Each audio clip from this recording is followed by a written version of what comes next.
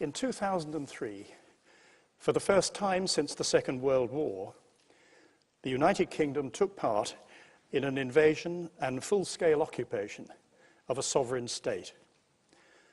That was a decision of the utmost gravity.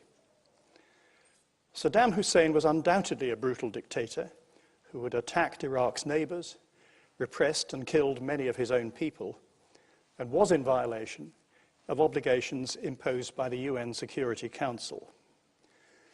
But the questions for the inquiry were whether it was right and necessary to invade Iraq in March 2003, and whether the UK could and should have been better prepared for what followed. We have concluded that the UK chose to join the invasion of Iraq before the peaceful options for disarmament had been exhausted. Military action at that time was not a last resort. We have also concluded that the judgments about the severity of the threat posed by Iraq's weapons of mass destruction, WMD, were presented with a certainty that was not justified. Despite explicit warnings, the consequences of the invasion were underestimated. The planning and preparations for Iraq after Saddam Hussein were wholly inadequate.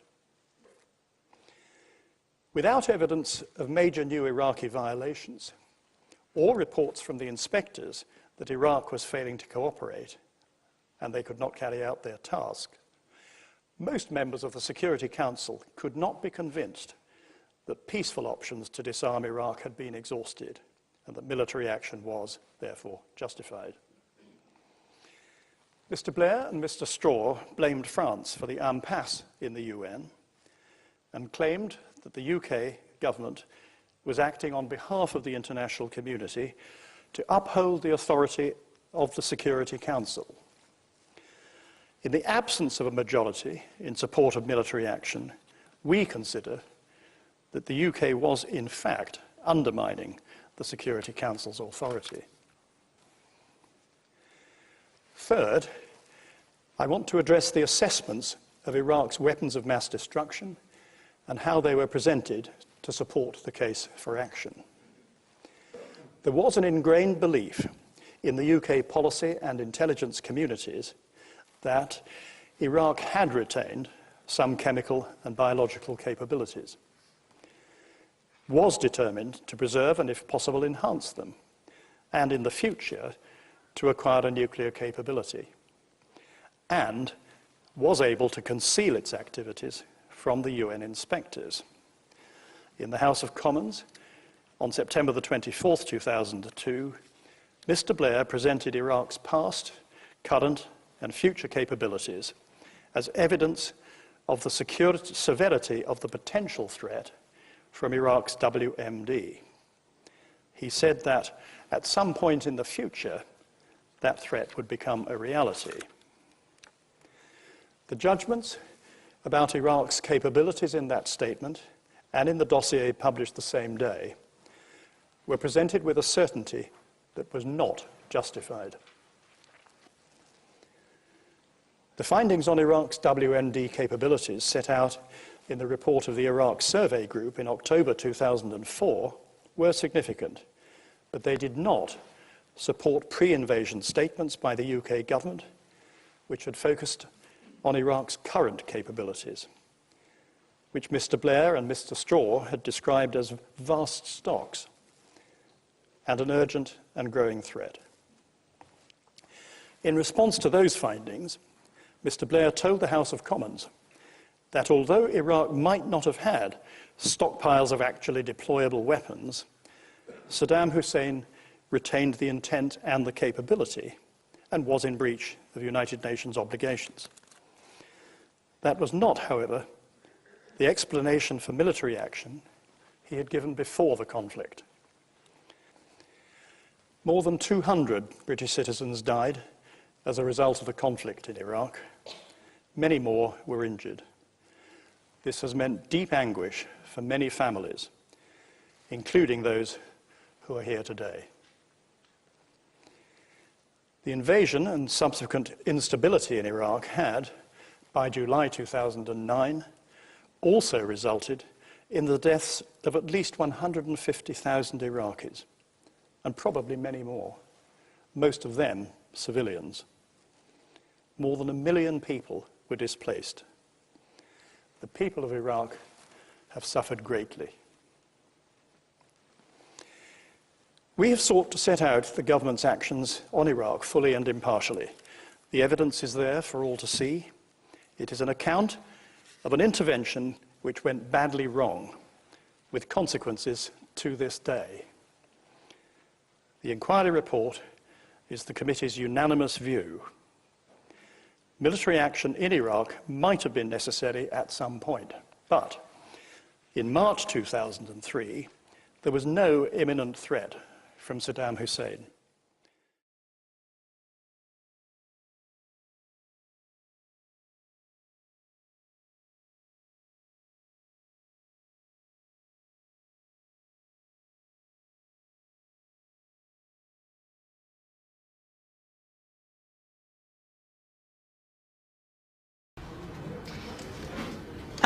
Dar, I wanted to ask you about the issue of depleted uranium. In 2004, a special investigation by Democracy Now! Co-host Juan Gonzalez of the New York Daily News found 4 of 9 soldiers of the 442nd Military Police Company of the New York Army National Guard returning from Iraq tested positive for depleted uranium contamination. They were the first confirmed cases of inhaled depleted uranium exposure from the Iraq conflict. One of the people affected was Sergeant Augustin Matos, who was deployed in Iraq with the 442nd Military Police. Speaking on Democracy Now!, he described his health problems. Well, I myself, while I was out there, experienced a fever one night, unexplained. I was fine during the day, and then it just hit me. It just totally knocked me out. I was in bed. I couldn't get out. I can't remember exactly what the fevers were, but also I was urinating blood while I was out there. It wasn't good. It was just a place not to be when you were sick like that. That was Sergeant Augustin Matos. What did you find as you returned to Iraq this last time, Dar Jamal, about depleted uranium and its effect on Iraqis?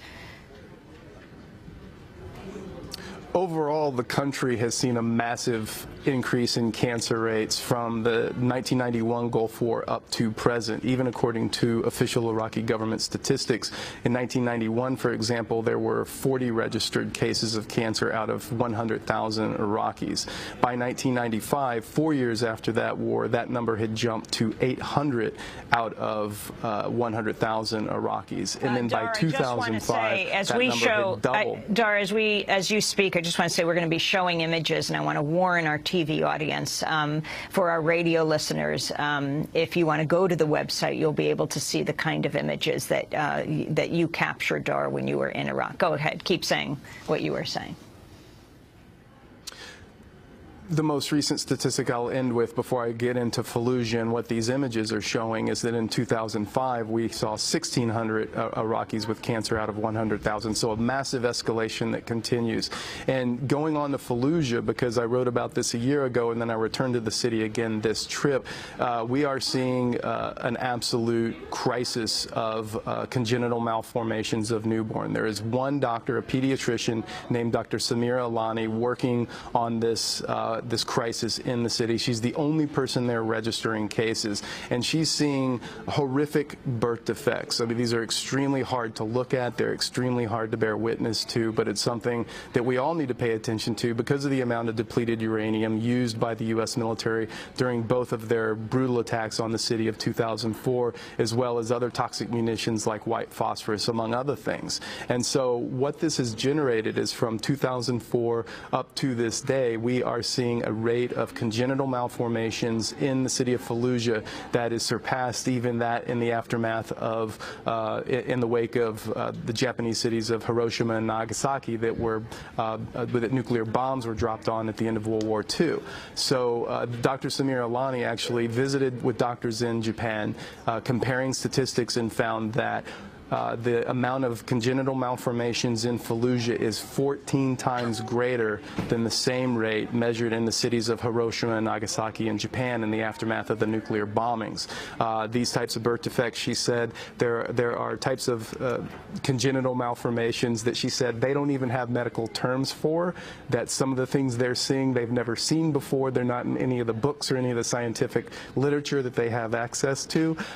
She said it's common now in Fallujah for newborns to come out with massive multiple systemic defects, immune problems, massive central nervous system problems, massive heart problems, skeletal disorders, babies being born with two heads, babies being born with half of their internal organs outside of their bodies, cyclops babies literally with one eye, really horrific, nightmarish types of birth defects, and it is ongoing. And she, lastly, to really give you an idea of the scope of the problem, is that this is happening now at a massive rate, and she said her being the only person cataloging and registering cases with no help from Baghdad, who is denying that there's some sort of problem like this in Fallujah. She said that she could probably safely estimate that the number of cases, as high as the rate that she's seeing, could probably be doubled, because so many people are having their babies at home and just taking care of it. You know, most of these babies are being born dead, and then they're not reporting it whatsoever. So this is an ongoing crisis, and the rate has not increased since last year, but it's not decreased either. It was still, when I talked to her last year, it was 14 times a greater rate of malformations in newborns as compared to the aftermath areas of the nuclear bombings in Japan, and it's the same when I spoke with her about this 1 week ago.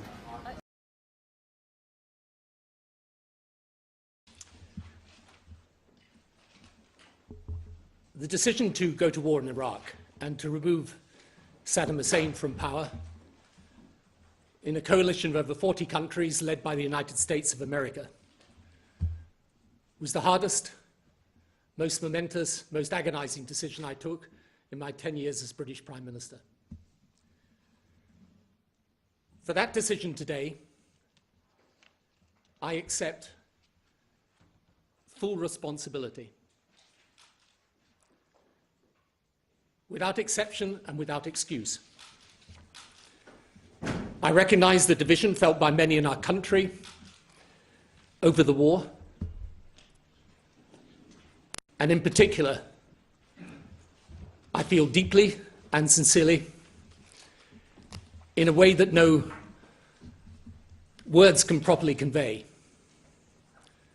the grief and suffering of those who lost ones they loved in Iraq, whether members of our armed forces, the armed forces of other nations, or Iraqis. The intelligence assessments made at the time of going to war turned out to be wrong.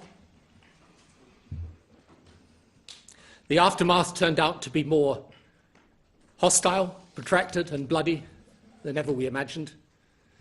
The coalition planned for one set of ground facts and encountered another. And a nation whose people we wanted to set free and secure from the evil of Saddam became instead victim to sectarian terrorism.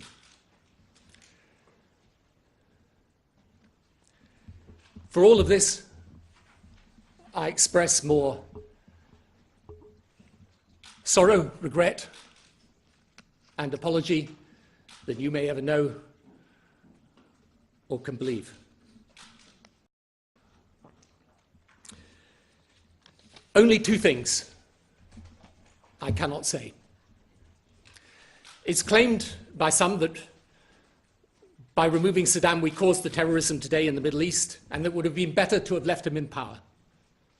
I profoundly disagree. The world was and is, in my judgment, a better place without Saddam Hussein. I did it because I thought it was right, and because I thought the human cost of inaction, of leaving Saddam in power, would be greater for us and for the world in the longer term.